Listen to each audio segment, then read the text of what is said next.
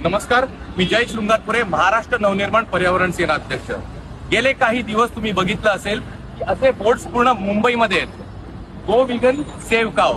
पहिली गोष्ट, गो विगन आणि सेव्ह काव या दोन्ही गोष्टींचा काही संबंध नाहीये।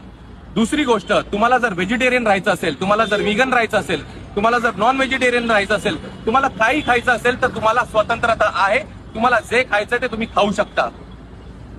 तिसरी गोष्ट की ही जी जागा आहे ती मुंबई भंडाऱ्यांची आहे, कोळ्यांची आहे आणि आग्र्यांची आहे आणि त्यांचं खाणं आहे नॉन व्हेजिटेरियन। तर आमच्यावर ही गोष्ट लादण्याचा प्रयत्न करू नका।